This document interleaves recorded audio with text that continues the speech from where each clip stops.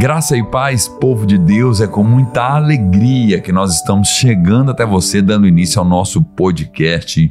Hoje um dia maravilhoso e com certeza você será muito edificado. Já compartilhe aí com as pessoas que você ama, família, amigos e assim por diante. O meu entrevistado de hoje, além de um homem de Deus, é um amigo que eu tenho. Ele é casado com Daiane Cristiane, pai de 2 filhos, Benício e Davidson.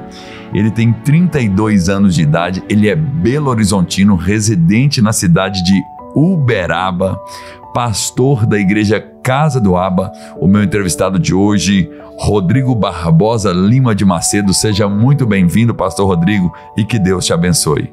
Obrigado, pastor Lélio, obrigado por essa oportunidade. É muito bom estar aqui com você, é muito bom estar aqui na Fé em Milagres. Nós sabemos que todas as vezes que nós estamos aqui, milagres acontecem. Louvado seja Deus, pastor, e nós queremos, nesse podcast de hoje, usar a sua história, o seu conhecimento, as suas experiências para nós alcançarmos vidas, né? Que pessoas possam, através da sua vida e da sua história também, encontrar com esperança, porque nós vivemos uma época onde existem milhares de pessoas sem esperança devido a uma frustração, devido a uma situação e assim por diante. E como você é um homem de Deus e tem uma história linda de superação, eu acredito que vidas serão alcançadas em nome do Senhor Jesus. Amém. Espero que muitas vidas possam ser alcançadas e hoje, né, um pouco mais maduro na fé, um pouco mais maduro e experiente, né, onde o Senhor tem falado muito conosco em nossa casa, nossa família, na igreja, e acredito que grandes coisas o Senhor vai fazer por nós. Pastor, você é um jovem pastor, né, de 32 anos, mas já está aí à frente de um ministério juntamente com o pastor Charles, também o pastor Jair, a quem eu mando o meu grande abraço, né, são pastores da igreja Casa do Aba, na cidade de Uberaba, uma igreja maravilhosa, de um povo lindo e abençoado e aleluiado. Se eu for falar o nome de todos aqui, eu vou deixar a desejar, mas tem muitos amigos meus ali, né, na Casa do Aba. Acredito que a casa hoje está com 7 anos de existência. Isso. 7 anos, né? Então você começou a pastorear na Casa do Aba com seus 25 anos. Isso. Né? 25 anos de vida. Mas antes disso, você já havia também tido as suas experiências com Deus na sua conversão. E conversando contigo, eu acredito que uma das pessoas mais importantes que você teve o prazer de ganhar para Jesus foi a sua mãe, né? Que é uma das experiências mais marcantes na sua história. Fala um pouco dessa experiência, como foi evangelizar sua mãe, ganhar sua mãe para Jesus, ter a experiência forte com ela. Pastor, essa experiência me faz voltar lá atrás, quando a minha mãe foi diagnosticada com câncer. Quantos anos ela tinha? Minha mãe tinha... O primeiro diagnóstico dela veio com 38 anos. 38 anos. Isso, ela veio o primeiro diagnóstico, foi no útero e ela fez um tratamento paliativo. Ela fez um tratamento paliativo e ela não contou para os seus filhos. Ela não contou para nós, e ela, depois que ela fez esse tratamento paliativo, ela permaneceu aí por mais 10 anos, quando surgiu a notícia novamente que ela estava com câncer. Nós, mais maduros, homens formados, mulheres formadas. Você já estava com a sua maioridade? Já estava com a minha maioridade. Meu irmão ali, mais velho, nos acompanhando, sempre nos auxiliou bastante. Você ali. Já estava convertido também? Já estava convertido. Casado ou não? Não, ainda não casado, mas na presença do Senhor. Certo. E essa experiência me marcou muito porque eu fui obrigado ali a ministrar o evangelho para minha mãe, porque quando ela nos contou que aquele câncer, ela já sabia que voltaria, eu me senti na obrigação de falar assim, não, eu não posso agora deixar essa oportunidade escapar. Nós passamos 78 dias nos hospitais, indo e vindo. Exame, internação. E uma das falas, né, onde a minha mãe me disse que quando ela passasse pela cirurgia, a primeira cirurgia, que se ela sobrevivesse, ela ia entregar a vida dela para Jesus. Ela se renderia a Deus. Era um voto. Isso. Se eu sobreviver, eu vou me converter. Isso. E quando eu ouvi essas palavras, eu falei assim, essa é a oportunidade que eu tenho. Eu falei, mãe, olha o que você está dizendo, porque é muito sério o que a senhora está dizendo. Ela falou assim, pode escrever. E ali eu orei com ela e ela entrou, né, pro bloco cirúrgico e voltou. Depois de 8 horas de cirurgia, ela voltou viva. E ela me disse assim, meu filho, vai buscar para mim um Gatorade, porque agora eu posso me alimentar. E eu saí da sala de internação, da enfermaria, aliviado, e olhei na Santa Casa de Belo Horizonte, no 8º andar, dá para você ver a cidade toda. E eu agradeci a Deus, eu orei a Deus, e eu sabia que naquele exato momento, minha mãe já tinha entregado a vida para Jesus. Nós saímos do hospital e o que Deus fez na vida da minha mãe foi um milagre, porque o médico não entendeu. Após a cirurgia, ele tirou parte, ele só desviou o canal do estômago dela. Ele precisou voltar, ela precisou voltar para fazer os exames, os acompanhamentos. E nesse instante que ela fez os acompanhamentos e o resultado veio, o médico disse assim, eu não estou entendendo. Não tem câncer aqui. Não sei o que aconteceu. Eu vi o câncer na hora que eu abri, mas não tem. E ela disse, Jesus me curou. Isso em Belo Horizonte. Isso em Belo Horizonte. Então, e eu já alegre e feliz. Porque eu também tinha pedido a Deus mais uma oportunidade para minha mãe. E ela viveu, e ela desfrutou de 8 meses na presença do Senhor. Eu nunca vi ninguém pregar o evangelho depois que se converteu igual a minha mãe. Ela fez a cirurgia, saiu curada e por 8 meses ela pregou com veemência o evangelho. Sim. Assim, com uma autoridade que eu não imaginava. Ela converteu mesmo. Batizou. Teve um encontro com Deus. Assim, e foi muito marcante isso para mim. E ao decorrer disso, após 8 meses, que ela estava, depois dela pregar, falar do evangelho, né? Ela foi fazer um próximo exame. E o tumor estava lá. E o médico não entendeu o porquê que isso tinha acontecido. E o Senhor falou no meu coração assim, agora chegou a hora. Eu tinha ali meus 22 anos. E o que foi para você, um jovem, ouvir isso da parte de Deus? Você tinha convicção de que era o Senhor que estava falando? Eu tinha convicção e poderia ser a qualquer momento. E tanto que quando o Senhor recolheu a minha mãe, eu estava na igreja, eu estava em cima do púlpito, eu estava fazendo seminário, na época os seminaristas ficavam junto com os presbíteros na igreja. E nesse tempo, Metodista Wesleyana? Nesse tempo, Metodista Wesleyana, em Contagem, né? Eu congregava em Contagem. E eu recebi uma ligação da minha mãe, das minhas irmãs, e ela disse assim, vem pra casa, porque a mamãe tá ruim. E eu desci imediatamente, alguns amigos meus, eu tinha uma moto na época, eles recolheram, achavam, não, pode deixar que eu vou te levar lá. E já me levaram lá em casa, E foi uma experiência marcante, a despedida da minha mãe. Por quê? Nós estávamos no quarto, eu cheguei e perguntei para ela: mãe, você está bem? Ela falou: sim, tô, meu filho. Falei: você quer ir para o hospital? E ela disse: não, você sabe a minha vontade. Que a vontade dela era partir em casa. E eu falei: o que a senhora quer que nós realizamos? Ela disse assim: eu quero que vocês cante um hino. E nós cantamos um hino. Recitamos o Salmo 23.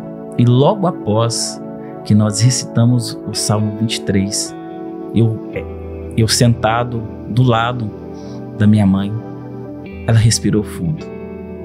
E aquele foi o último suspiro dela. E algo me marcou muito na partida da minha mãe foi que, quando a minha mãe partiu em casa, teve aqui todo o trâmite do... como é que chama? Do velório. Do IML. Buscar a minha mãe e tudo. E eles buscaram. E eu notei que os olhos da minha mãe brilhavam muito. Mas brilhava assim. Depois do óbito. Depois do óbito. E eu fiquei com aquilo na cabeça. Eu fui reconhecer o corpo da minha mãe no IML. Porque eles buscaram e levaram para lá. E quando eu fui reconhecer o corpo da minha mãe, eles abriram e perguntaram: essa é a senhora Lourdes Vieira? Eu falei: sim, é essa mesmo. E eles iram fechar uma porta. Eu falei: aguarde um minutinho. Aí eles abriram novamente e o olho da minha mãe continuava brilhando. E o Senhor me levou a me lembrar naquele exato momento de Deuteronômio, capítulo 34, verso 7. E ainda havia vigor nos olhos de Moisés. E eu tive a convicção que minha mãe estava com o Senhor. Pastor, é muito forte isso que você está falando, chega a arrepiar aqui. Quando ela detectou a volta do câncer, depois de pregar os 8 meses do Evangelho, esse câncer, pelo jeito que você está falando, ele voltou agressivamente. Sim, já tinha tomado conta do... E foi quanto tempo da descoberta ao óbito? 4 meses. 4 meses. Sua mãe faleceu com 48 anos. 48 anos. Veio o velório, o sepultamento, e esse jovem de 22 anos, Belo Horizontino, mudou os rumos. Sim. Aí veio... O que te levou a ir para a cidade de Uberaba? A minha digníssima esposa. Você já conhecia a pastora Daiane? Sim, nós tínhamos 6 meses de relacionamento. Ela era moradora de Uberaba. E eu, morador de Belo Horizonte. Como que você conheceu a pastora Daiane? Foi num congresso. A Wesleyana sempre tinha alguns congressos entre igrejas. Ah, tá. Então nós saímos de Belo Horizonte, né? E fomos para Uberaba. E nesse dia foi até algo engraçado, que quando eu saí de Uberaba para retornar a Belo Horizonte, eu fiz um comentário com os amigos: a Daiane é muito bonita mesmo, hein? Igual vocês disseram. E aí nós não tínhamos um vínculo ainda, um vínculo assim afetivo, era só uma amizade de igreja. E amigos em comuns. Aqueles que sempre querem ajudar. Isso. Inclusive, a pessoa que mais me ajudou a namorar com a Daiane, que é um grande amigo meu, o pastor Esdras, ele está hoje em Valadares, pastoreando uma igreja metodista wesleyana, um grande homem de Deus também. E ele me ajudou a conquistar a Daiane e, consequentemente, eu também o ajudei a conquistar a Thalita, né? Que então hoje é a esposa dele. O que planta, colhe, né? Isso, a lei da semeadura. Gálatas 6:7 na sua vida e na vida do pastor Esdras. Isso. Thalita e Daiane foram fisgadas por a boa influência. Exatamente, meu pastor. Pastor, então, imediatamente após o óbito, você muda para Uberaba? Sim, 3 meses após. O que você começou a fazer na cidade de Uberaba? Eu tive uma orientação do meu pastor, ele disse assim, eu estava muito preocupado como que eu iria sair de uma cidade, querendo ou não, que eu nasci ali, convivi ali, amigos, trabalho. E ele me deu um conselho muito sábio. Ele falou assim, eu quero te fazer 2 perguntas. Aí eu, pode dizer, pastor Onésimo. Ele disse assim, a moça é crente? Eu falei, sim, a moça é crente. Outra, lá tem seminário? Porque o irmão tem ministério. Eu falei, sim, lá tem. Ele, vai, se não der certo, você volta. E essa foi uma palavra-chave para poder deslocar para Uberaba e ali começar tudo do zero. E quando eu comecei em Uberaba, voltei a trabalhar, né? Recomecei o seminário teológico lá. Eu dei continuidade a algumas matérias e ali eu fui reerguendo novamente. Eu posso dizer que foi muito difícil porque eu não conhecia ninguém, a não ser a minha namorada, que hoje é minha esposa, naquela época. E qual foi a sua profissão ali em Uberaba quando você chegou? Quando eu saí de Belo Horizonte, eu era assistente logístico de uma empresa, né, onde eu trabalhava em Betim. Quando eu fui para Uberaba, eu galguei a mesma empresa, porém eu fui trabalhar em um setor abaixo daquele que eu trabalhei há muitos anos em Belo Horizonte. E eu falei, é para recomeçar? Então vamos recomeçar. Eu nunca tive problema em recomeçar. E logo Deus me despertou uma profissão. Porque nessa empresa onde eu trabalhei por muito tempo, eles transportavam parafusadeiras, máquina, chave de fenda. E eu fui para a internet saber o que aquelas ferramentas faziam. E o mais engraçado, que eu me despertei a me tornar um montador de móveis. E aí nasceu a RB Montagens. Foi logo aí que nasceu a RB Montagens. A RB Montagens nasceu após o seu casamento com a pastora ou antes de você casar com ela? Antes de eu casar com ela. E depois que você foi para Uberaba, namoro, noivado e casamento, foi quanto tempo? 2 anos. 2 anos. 2 anos. Namoro, noivado, casamento, 2 anos. E depois disso, começou a constituir uma família. Sim. Que você é apaixonado com essa família. Depois nós vamos falar da RB Montagens. Uma família maravilhosa. Veio primeiro o Davidson, depois veio primeiro o Benício, né? Eu sempre confundo os dois. Veio primeiro o Benício, que hoje está com 5 anos. 5 anos. E depois o Davidson, que tem 3 anos. 3 anos. Fala para mim e para o nosso público, qual foi a sensação da notícia da gravidez e de se tornar um pai tão jovem, com um garoto tão inteligente como o Benício? O Benício é um presente de Deus nas nossas vidas. E uma das coisas a qual o Senhor me falou no dia foi da seguinte forma. Deus falou assim, eu estava no banho, Deus falou assim, eu vou te prosperar. E eu disse, e eu já saí alegre do banheiro e rindo. A Daiane, o que foi, amor?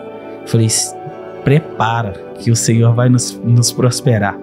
Ela, é mesmo? Deus falou isso com você? Eu falei, falou isso comigo. E eu, na minha imaturidade, achou que era dinheiro. Achei que era dinheiro. Eu falei, vou sair, né? O Senhor vai fazer algo nas nossas vidas aqui e eu creio que vai ser muito bom. Eu achei que tinha tudo a ver com a RB Montagens e não era. 8 dias depois, eu conto para Daiane. Não, antes, tomando banho novamente, o Senhor disse assim para mim, não é financeiro.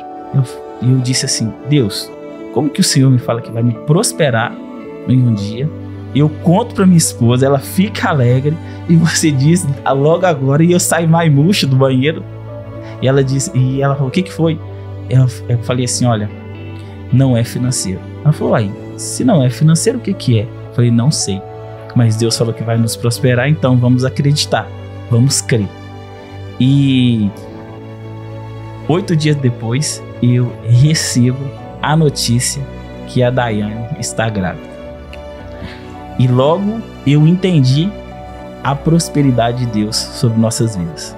E eu entendo isso claramente quando Salomão escreve o Salmo 127, está aqui, ó. Herança do Senhor são os filhos, o fruto do ventre seu galardão, como flechas na mão do guerreiro, assim os filhos da mocidade. Feliz o homem que enche deles a sua aljava, não será envergonhado quando pleitear com os inimigos à porta. Eu sempre digo aqui na igreja que filho não é despesa, filho é prosperidade. A minha vida, juntamente com a minha digníssima esposa, pastora Estela, tomou um rumo de prosperidade. Claro que nós vivemos o princípio, dízimos, ofertas, primícias, mas quando veio nossa primeira filha, Adriele, nós adotamos a Adriele, veio o Lucas, o Tiago, a Alessandra. A nossa vida prosperou abundantemente. Então, o princípio financeiro com o princípio da paternidade realmente traz a riqueza de Deus. E veio então o Benício, menino lindo, muito inteligente. Uma vez até mencionei sobre ele aqui no podcast, mas fala um pouco sobre esses 2 filhos, Benício e Davidson. O Davidson é 100%, né? A semelhança da mãe. Sim. Eu nunca vi algo daquele jeito, mas conta pra gente aí essa família linda que você tem. O Benício, ele é um menino muito inteligente, como o senhor disse, e nós fomos descobrindo essa inteligência ao decorrer do tempo. Ele, por ser um neurodivergente, portador, né, assim como falam, do autismo nível de suporte 1, você olhando para o Benício, você não fala que ele é um autista, mas ele tem as suas limitações e também tem as suas particularidades. E uma das coisas que nós notamos no Benício, que ele começou a ler muito cedo. Em volta dos seus 1 ano e 9 meses, ele já soletrava todo o alfabeto. E nós falávamos assim, não, deve ser normal. Com 2 anos e 3 meses ele já começou a ler. Mas não era simplesmente ler palavras curtas, não, palavras grandes. E isso foi nos despertando. Com qual idade? 2 anos e 4 meses. Fora da norma humana. Fora, totalmente. E ele nunca gostou de brincar com carrinho. Se dá ele um carrinho, é a mesma coisa de dar ele eu posso dizer algo estranho. Isso, porque ele não brinca com carrinho. O Benício não tem carrinho em casa. E ele sempre despertou para isso. E uma curiosidade é que ele começou a se despertar pelas nações. Então eu fiz algo com ele. Eu coloquei um mapa mundi na época e comecei a explicar para ele, né, a importância de estar orando, né, pelas cidades, pelas nações. E ele perguntou: papai, aonde nós estaremos? Estamos, né? Aí eu coloquei a localização, nós estamos aqui no Brasil. E aí ele se desperta para um novo mundo. Então hoje o Benício, ele com seus 5 anos, ele sabe falar mais de 12 alfabetos, contando o ilírico, russo, inglês, tailandês. Também existem alguns alfabetos que eu não conheço, só ele que só ele sabe, e ele quer que nós procuramos saber para ele. Hoje ele conhece todas as bandeiras do mundo, mais as capitais. Então nós visualizamos isso e nós despertamos isso nele. E nós entendemos que o Benício seria um missionário. Inclusive, o missionário Gabriel, que está na Tailândia, ele é apaixonado pela Tailândia, e eu sei que o Benício vai para a Tailândia daqui a uns anos.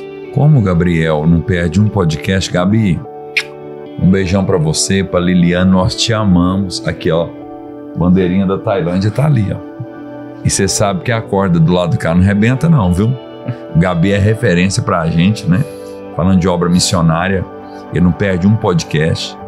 E eu quero externar aqui minha gratidão ao Gabriel, a Liliane, missionários na Tailândia, a Silvaneide, né, que é uma referência de missionária que está no Quênia, na cidade de Nairobi, ao Tom, a Júlia e o Matheus, que está fazendo um trabalho lá na Alemanha, na cidade de Munique, né, instalando, estabelecendo a igreja e também cuidando num lar de idosos. Tom, um abraço para você, para a Júlia, para o Matheus, para a Silvaneide. E por último, nós enviamos a Bianca, né, nossa mais caçulinha missionária, para o Japão, né, está lá na igreja Church Life, com o pastor Décio e esposo, uma igreja maravilhosa.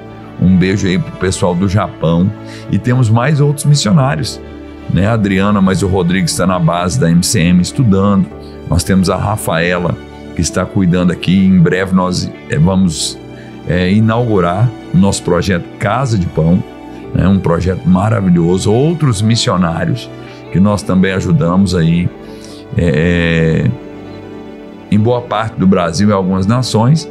E temos também um casal que veio recente para morar em Patos de Minas, que é o pastor Rodrigo Barbosa, seu xará, com a pastora Di e o Azaf. O Azaf também é uma peça rara, 7 meses já está ficando de pé. Então, nosso missionário e outros missionários nós também enviaremos. Eu fico muito feliz aí do Benício ter sido instruído por você, pela pastora Daiane, desde novinho, aos confins da terra, né? Peguei aqui esse adendo aqui, né, falando do Gabriel, e aproveitei e mandei um abraço para todos os missionários e aqueles que são nossos amigos no mundo inteiro. Pastor, e como é interessante, todos esses missionários, a Silvaneide, o Gabriel, a Liliane, a qual o Benício teve contato, convive, nós estávamos no encontro profético, ele se apegou a Silvaneide de tal forma ali, e ele ora por eles. Então, ele tem um cantinho lá em casa, o senhor já foi lá em casa algumas vezes, que aquele cantinho é dele. Cheio de decoração missionária. E tudo dos lugares, né? Tem uma pirâmide que veio para ele do Egito, tem bandeirinhas, bandeiras, tem uma girafinha a qual o senhor, né, presenteou ele com o símbolo da África. Então nós temos... Eu acho que tem um negocinho que eu mandei também da Alemanha para ele. Tem lá da Alemanha, é um imã de geladeira. Agora nós vamos aguardar da Bianca um presente do Japão, né? Amém. A Bianca está nos devendo um presente, viu, Bianca, do Japão, para mandar pro Benício. E eu sei que o meu filho, ele vai ser das nações. Ele não é meu. Ele não é da Daiane. Ele é das nações. Eu tenho essa convicção. Há pouco tempo eu ministrava. E eu já preciso preparar o meu coração para enviá-lo. E depois de 2 anos, nasceu o Davidson. Outro baterista por excelência. Desde quando estava... Do ventre, né? Do ventre. Eu me lembro muito, muito bem das vezes que eu colocava caixinha de música na barriga da Daiane para ele ouvir. E o menino é um músico.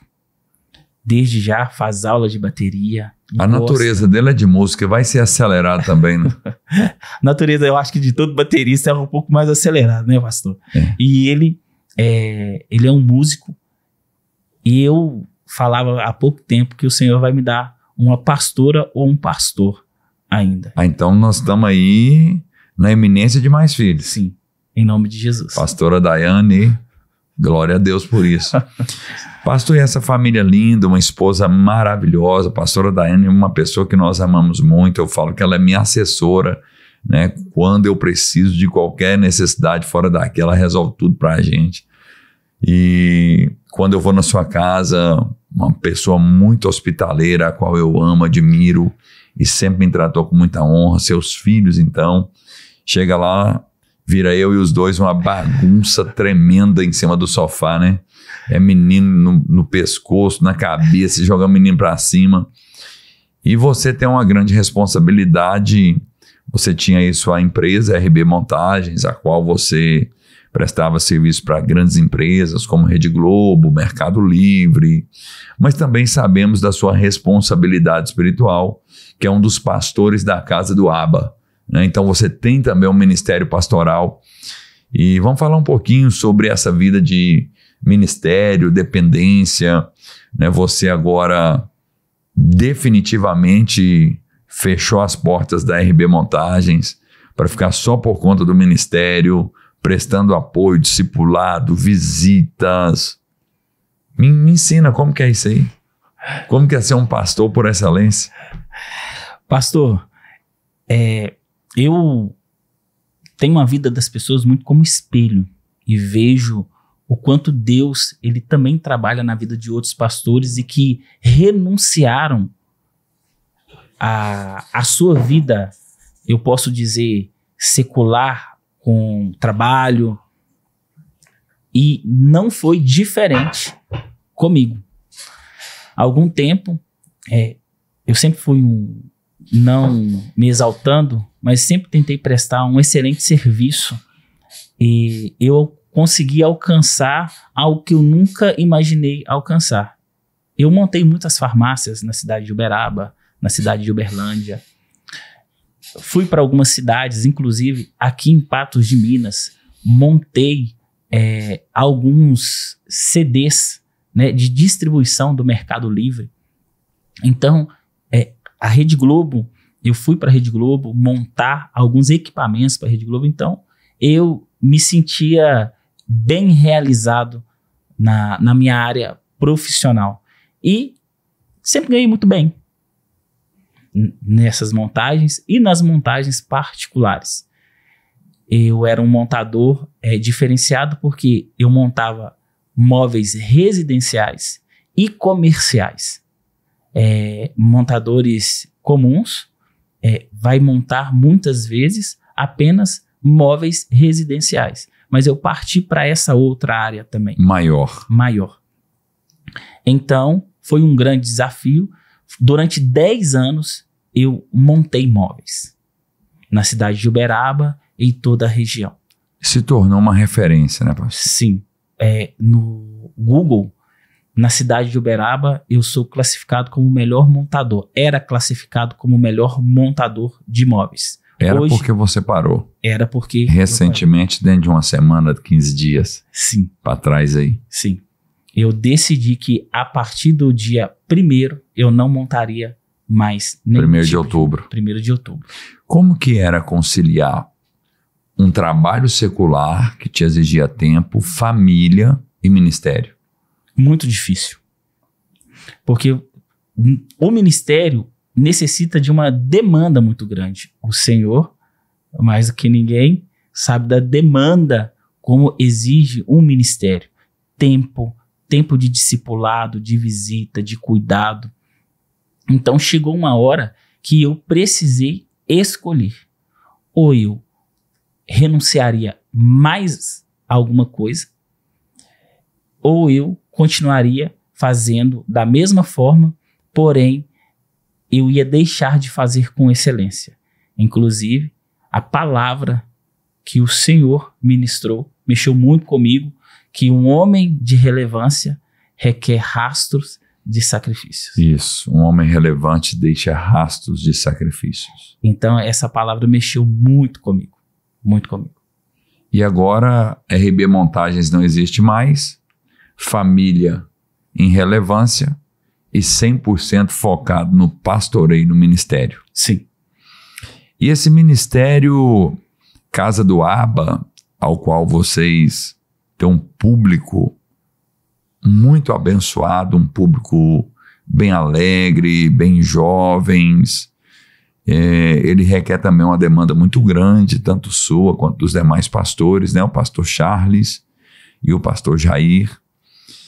E além do ministério, você teve a sua experiência com os legendários, mas por último, houve aí uma grande vitória ministerial, que foi o seu lançamento do livro, né? Seu primeiro livro, um e-book.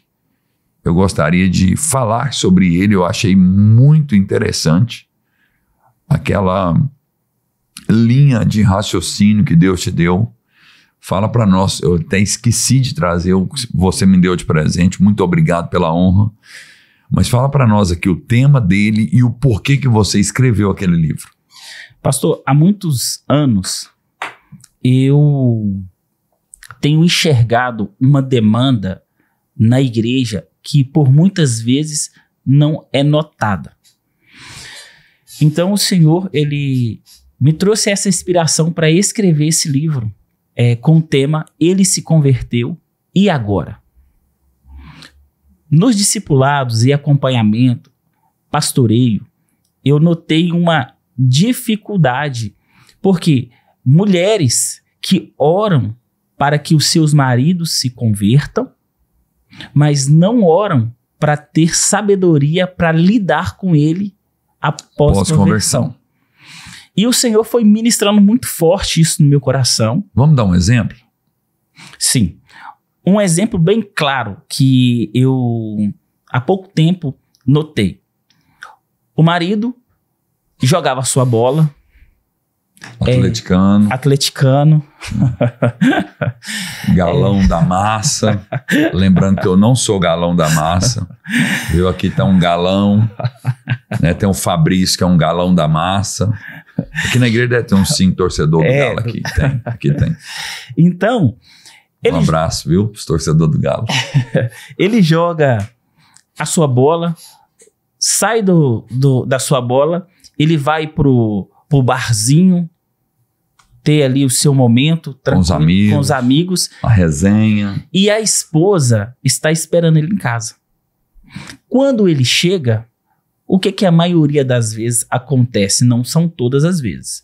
Mas a esposa reclama que ele não passa tempo em casa, que ele só quer saber de bola. De bebida. De cerveja. Chega tarde. E ele só quer saber disso. Esse marido se converte. Ele reconhece Jesus como único e suficiente Salvador. Agora, mudou.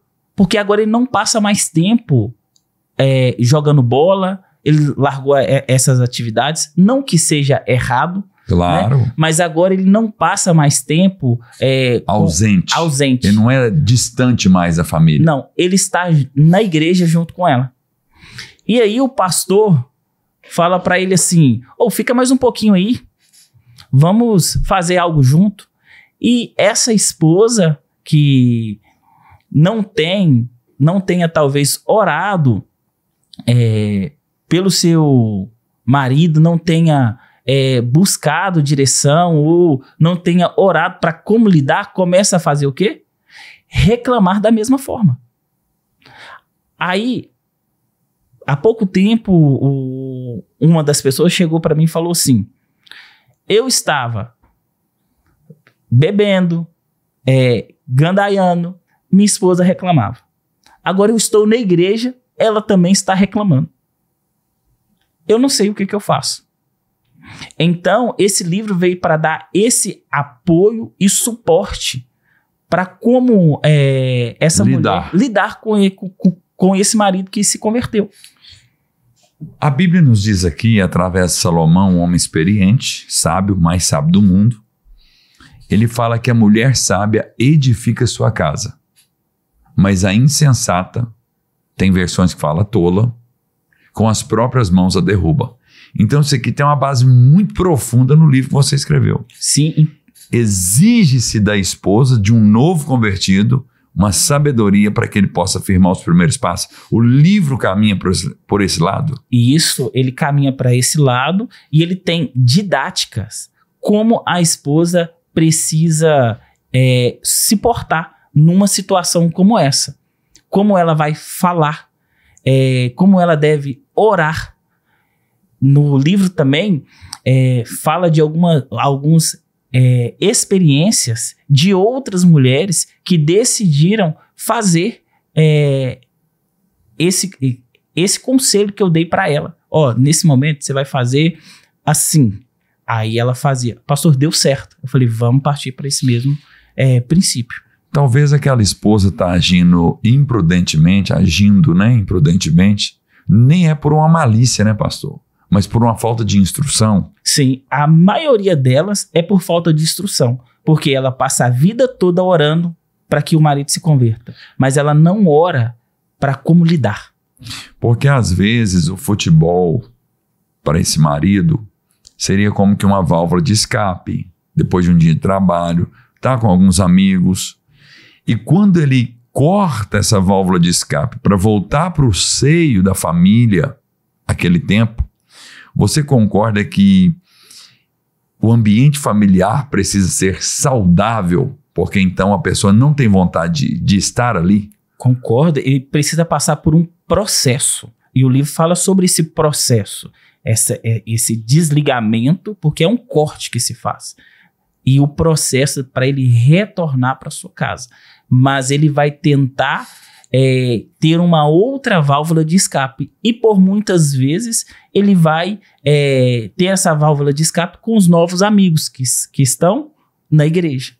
Eu sei que não existe uma regra no que eu vou lhe dizer, mas na maioria das vezes você concorda que é a mulher que converte primeiro no casamento? Sim, a mulher converte. A mulher converte primeiro. Não é uma regra. Não. Né? Nós estamos claramente deixando aqui para vocês, não é uma regra. No meu caso, eu converti primeiro que a minha esposa.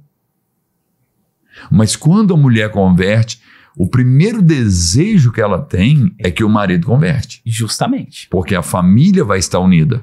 Um reino dividido não prospera. Não prospera, não subsiste, não existe, não vai para frente. Então, esse livro ele vem como que um manual familiar para a esposa saber conduzir ali, associado com a Bíblia Sagrada. Sim, e até mesmo que ali no livro eu vou dizer a respeito de como conversar. Porque não podemos levar tudo à base da discussão, e sim do diálogo. Conversar não é errado, discutir que é. Então, esse livro vai trazer essa orientação para essa mulher, para a mulher que está orando para o seu marido se converter, para a mulher que o seu marido se converteu, e para a mulher também que já tem o seu marido convertido. Ou seja, ele vai abranger todas as áreas. Todas as áreas. E, por outro lado, ele também se torna um excelente presente. Suponhamos que eu e a minha esposa conhecemos um casal que ainda não teve experiência com Deus. Não teve. De conversão. Mas é aquele casal que vai à igreja, tem as suas orações. Esse livro também eu poderia dar de presente a esse casal. Pode para que essa esposa possa ter sabedoria de como lidar em determinadas áreas com esse marido. Sim, geralmente quando o casal está indo para a igreja, a esposa tem um coração, ela tem um coração mais sensível, não é a regra igual o senhor disse, mas ela tem um coração que queima, né? E assim, já é um passo de como agir diferente. Uma das coisas, pastor, que eu atendo muita gente, atendo pessoas da nossa igreja, atendo pessoas de outras religiões, que sempre tem um amigo de quem foi atendido, que precisa, eu atendo, tem atendido, tem trabalhado muito. Mas uma das áreas que eu tenho percebido que destrói um casamento, tem várias áreas, né? As duas principais áreas, quando não são bem resolvidas, que leva a uma separação, é vida financeira mal resolvida, vida sexual mal resolvida. Isso aí leva um casamento à ruína. Mas entra aqui também um terceiro pilar que poderia ser o primeiro, é a falta do diálogo. E o seu livro aborda muito isso, né? Como dialogar em casais. Sim, e uma das coisas que ele aborda é que no momento a qual o marido está muito nervoso, não sabe lidar com a situação, ele diz assim, eu digo no livro, né, para que a mulher possa pôr uma mesa, colocar, fazer um bom café sentar com a sua esposa e conversar sobre maduramente. Isso. Porque a maioria das vezes, quando o marido está sobrecarregado, ele não quer conversar com ninguém, ele se isola. E a única fonte de confiança a qual o marido tem é a sua esposa. Então ele vai sentar ali com a sua esposa, ela vai preparar um café para ele e ela vai fazer algumas perguntas a qual eu cito. Como foi o seu dia hoje? O que foi bom? E o que pode melhorar? Isso é importante. Então eu falo muito sobre isso. Porque tem homens que quando chega em casa do trabalho já chega conflituoso da esposa que está esperando. Aí ela quer derramar sobre ele um tanto de problema, sem sabedoria, problema financeiro, cansaço do dia. E eu não estou dizendo que isso é errado. Porque claro que uma esposa, ela tem ali muitas coisas, seus afazeres diários, eu admiro muito, né, uma pessoa que cuida da família.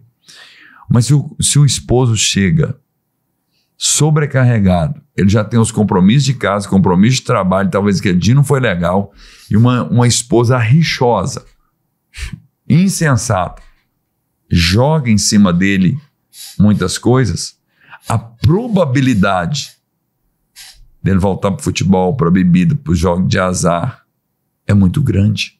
Então a primeira pergunta que você coloca no livro é: como foi o seu dia hoje? O seu dia hoje.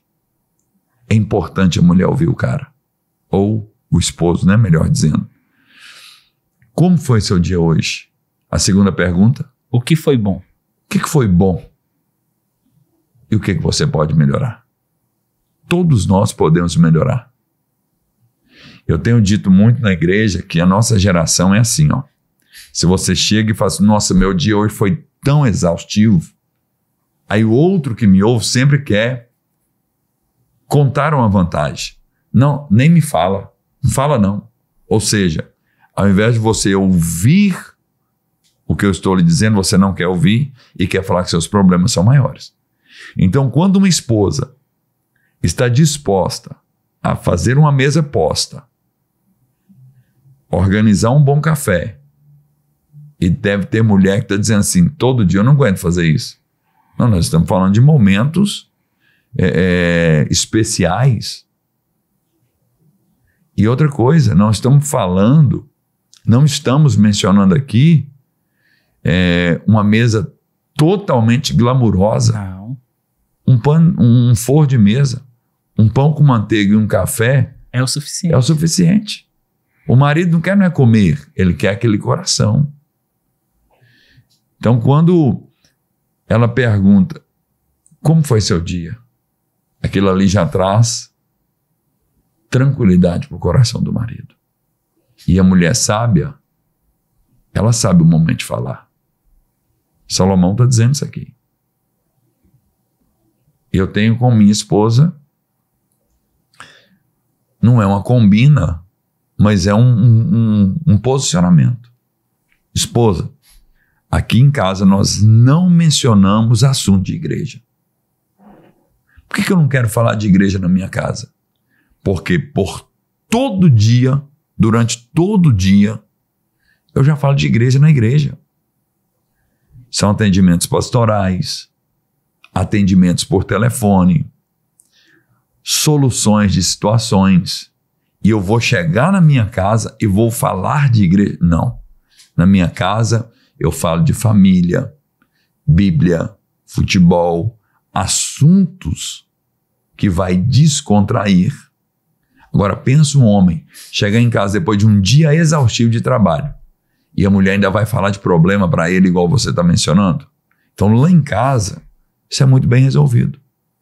Toda vez que eu subo a uma montanha, servindo os legendários, ou que eu saio para uma viagem, seja ela curta, e eu volto, eu encontro uma mesa posta. Eu encontro uma mesa onde a minha esposa prepara com muita excelência, inclusive o meu bolo preferido, que é um bolo de banana com castanha sem açúcar. ela faz aquilo para mim. E ali tem bilhetinhos dela e bilhetinhos da minha filha, a Alessandra. Se a Adriele, que é minha outra filha mais velha, está lá em casa, ela também faz. Como que você acha, pastor, que eu chego de um dia de 72 horas com legendários, que eu chego na minha casa? Como que você acha que eu chego? Com alegria. Uma esposa sábia, ela atrai o marido com alegria para voltar para casa. Então, acho que o marido chega em casa depois de um dia exaustivo, a esposa tem que ter sabedoria para lidar. Para lidar. Porque a casa é o refúgio, né? Precisa ser o refúgio. Refúgio é o lugar seguro. De descanso, seguro, onde o marido vai sentir à vontade, né? E esse livro ajuda em tudo isso. Sim. Eu sei que Jesus, né, o Espírito Santo e Deus Pai já te deu outro tema para o segundo livro, mas eu gostaria de sugerir para que você ore. Quem sabe você escreva também. Minha esposa se converteu. Como lidar com ela? Amém. E eu já pensei nisso. É muito importante, porque o homem também tem que ter sabedoria para lidar com a esposa. Sim. Tem homens que são desgovernados no sacerdócio, irresponsáveis para dar segurança para a esposa, não ama a esposa, não cuida da esposa, não elogia a esposa e quer que ela se converte. Então, eu gostaria de sugerir também a você para que você escrevesse um livro, um manual para os homens. Como lidar com a esposa nova convertida. Como lidar com ela. E tem mulher que quando converte, dá o show nos maridos. É verdade. Ama Jesus. Dedicada à igreja. Devota a Deus. Faça isso. E como hoje nós vamos contar para o nosso público como adquirir o livro. E fala o tema que nós não falamos, né? O tema do livro é Ele se converteu e agora? Isso. Como adquirir ele? Através do meu Instagram. Você pode... Você que nos assiste, né? Você pode ali no meu Instagram, @RodrigoBLDM. E tem um link. @RodrigoBLDM. Certo. E você pode ali, na bio, está o link para adquirir. Hoje só e-book. Por enquanto só e-book, mas tudo dando certo, eu acredito que até no final de outubro nós vamos ter ele físico também. Isso é muito importante para que a pessoa possa ter ele como um livro de cabeceira. Sim, onde ela pode fazer, eu já deixei alguns espaços no livro para ela fazer algumas dinâmicas, períodos de jejum, como orar e como fazer também. Porque por muitas vezes nós lemos um livro, mas não tem a didática de como fazer. Aí, eu preciso orar. Como orar? Eu preciso fazer uma mesa. Mas como eu vou fazer uma mesa? Eu preciso buscar a Deus para que o meu marido possa ser mais sensível. Então, ali nós temos um plano de oração para que essa pessoa possa estar fazendo. Louvado seja Deus. Meu nobre pastor, nosso tempo está esgotando.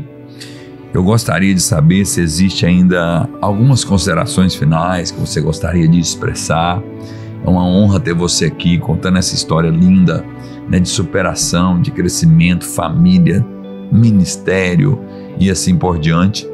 Após as considerações finais, nós iremos encerrar o nosso podcast de hoje. Primeiro quero agradecer, né, o Senhor, a Igreja Fé e Milagres, Pastor Estela, que me recebe todas as vezes tão bem, a ponto de me sentir como filho de vocês. Também quero agradecer a minha esposa, que ficou com os nossos filhos ali na cidade de Uberaba.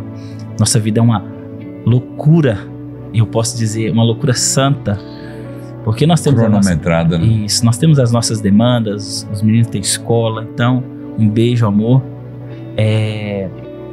Agradecer também a todos os membros da Casa do Aba que vão assistir esse podcast, estão assistindo, né? Mandar um beijo pro Benício e Davidson, né? E para os meus 2 grandes filhos, Benício Davidson. Papai ama vocês. Pastor, louvado seja Deus, muito obrigado por tudo. E que Deus continue te abençoando, abençoando sua casa, abençoando sua família, o ministério e tudo que você colocar as mãos, que seja próspero. A Fé em Milagres também ama você, sua casa, amamos também a casa do Abba, viu? E que Deus da infinita bondade continue te abençoando. E nós iremos encerrar com a sua oração, abençoando o nosso público, em nome do Senhor Jesus. Amém. Senhor, nós queremos render graças ao Senhor por tudo que o Senhor tem feito e há de fazer. Deus, que o Senhor, na sua infinita bondade, possa alcançar todas as pessoas que estarão vendo, Pai, esse podcast, e que esse podcast possa edificar grandemente as famílias. Deus, que o Teu Espírito Santo possa consolar, convencer e agir sobre as famílias e as vidas que estarão ouvindo e assistindo. Nós te louvamos por esse tempo oportuno na tua presença, em nome de Jesus. Amém e amém. Amém. Pastor, muito obrigado. Deus abençoe e prossigamos. Amém. Eu que agradeço, meu pastor. Queridos, e assim nós encerramos mais um podcast com muita alegria. Lembrando aqui do nosso profissional, nosso cameraman, né, Vinícius Machado. Para mim, um amigo, um irmão, um dos melhores profissionais que eu conheço. Eu nunca falei isso aqui e gostaria de registrar. Nós temos todo um aparato aqui. Você pode perceber que sempre estamos melhorando luzes, iluminação, som, qualidade, assim por diante.